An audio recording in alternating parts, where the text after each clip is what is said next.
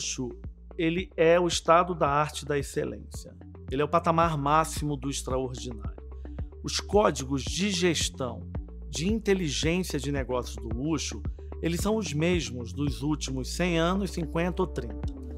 A alteração e a adaptação e a atualização dos conceitos não são dos conceitos do luxo, mas são do comportamento do consumo. É o consumidor que evolui.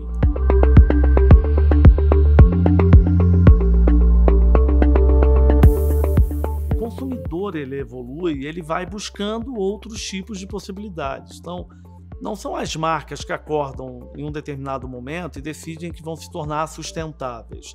Na verdade, o movimento principal vem da economia real, quando o mercado de capitais começa a demandar isso de forma muito mais crível, e o consumidor, que começa a ter evoluções de comportamentos de consumo, onde ele já olha para o guarda-roupa, acha que tem muita coisa, que talvez não precise tanto. Então, os patamares e os padrões de consumo, eles vão se adaptando ao longo do caminho. A minha visão do luxo, da forma que eu trabalho o luxo, ele jamais é pela minha visão subjetiva. O que eu acho, se eu gosto, se eu não gosto, quer dizer muito pouco para mim. Toda essa linha da inteligência do luxo, que é a linha do luxo, luxo para mim é ter pé na areia, descalço, a gente precisa sempre fazer uma analogia, que da forma que nós trabalhamos, na MCF eu conduzo isso, luxo está associado a um dos elementos de associação, é o elemento da escassez.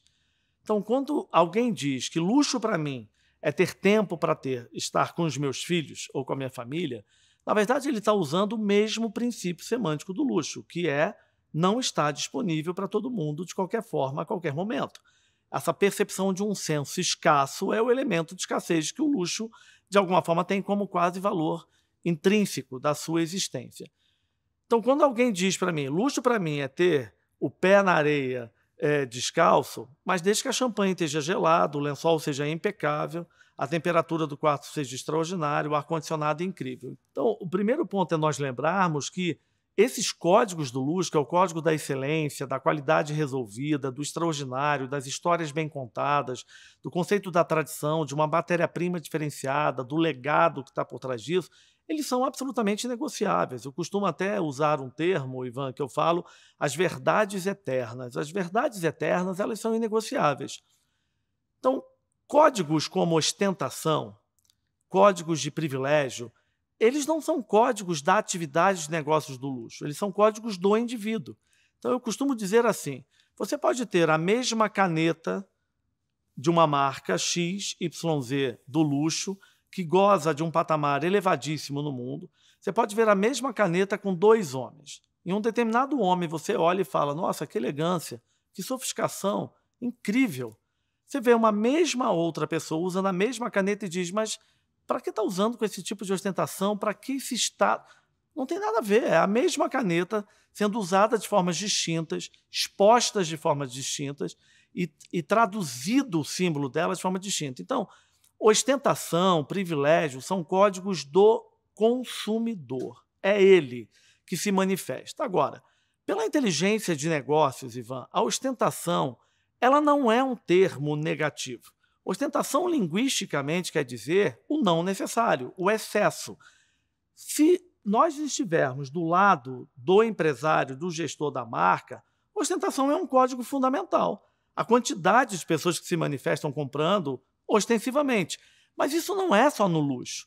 Eu tenho um hábito de dizer que o código da ostentação e do supérfluo nós fazemos todos os dias na compra que você faz da cerveja, na compra que você faz da escova de dente. A gente cisma de comprar escova de dente, que a dentista passa a vida inteira dizendo que a gente não precisa comprar aquilo. A gente precisa só de uma escova simples. Mas a gente ama as escovas que custam 4 ou 5 vezes mais. Você está ostentando com uma escova de dente, nem que seja você com espelho. Então, o luxo continua sendo o estado da arte da excelência, o patamar do extraordinário, os códigos imperativos da diferenciação. Consumidores são seres em evolução constante. E seres em evolução constante, em determinados momentos, eles se colocam diante de posições de sustentabilidade, de matérias-primas recicláveis e assim por diante. Agora, vamos só considerar a pandemia. Quando a gente fala, será que a pandemia não trouxe um código novo? Ivan, sinceramente, assim, Eu acho que nós acreditamos numa história de que a pandemia era quase um efeito ou mágico ou milagroso que iria alterar as pessoas. Gente, o luxo vive do segundo semestre do ano de 2020 para o ano de 2021, dependendo de alguns segmentos e atividades, o melhor resultado da história. Eu não estou dizendo que é o melhor resultado dos últimos 10 anos ou 20 anos. É o melhor resultado da história. É o melhor resultado dos últimos 177 anos de empresas que possuem quase 200 anos. É o melhor resultado da história do alto padrão, da história do Brasil. Aonde é que foi criado um outro código que as pessoas iriam comprar menos? Não é hipótese alguma. As pessoas estão comprando e comprando e muito. O que tira o sono das marcas de luxo? É como é que elas mantêm crescimento, expansão, faturamento e lucratividade se mantendo exclusiva. Exclusividade é um código inegociável da inteligência do luxo. É quase uma coluna vertebral da existência do luxo. Então, o desafio da gestão do luxo é você conseguir equilibrar esse princípio de quanto você abre mais uma torneirinha de água quente, quanto você fecha uma torneira de água fria, quanto você abre uma torneira de água fria e você fecha uma torneira de água quente. Então, você usou um exemplo de collab da Louis Vuitton. A Louis Vuitton, ao fazer uma parceria, por exemplo, com uma Supreme, que é uma marca de conceito, não conceito de luxo, mas um conceito de uma marca que tem feito um trabalho excepcional de posicionamento de prestígio, de diferenciação, a Supreme é uma marca de volume. Quando a Louis Vuitton fez a collab com ela, como é que ela vai trabalhar esse elemento de escassez da exclusividade que é fundamental? Ela só vendeu a coleção da Supreme em 7 pontos de venda no mundo. A Louis Vuitton tem quase 800 pontos. Ela só vendeu em 7. A visibilidade da parceria foi absolutamente extraordinária. Mas esse produto não estava disponível nas lojas da Vuitton, só em 7 pontos de venda no mundo todo. Então, a expressão era uma expressão de contemporaneidade, de collab, mas o elemento da gestão da exclusividade estava sendo preservado.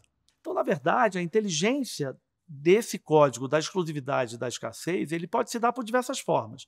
Ele pode se dar pela distribuição, ele pode se dar pelo preço, ele pode se dar pela numeração, pela edição limitada, ele pode ser pela fila, porque existem produtos que demoram mesmo 4, 5, 6 meses, porque eles ainda são produzidos manualmente e o valor ali do handmade é muito forte.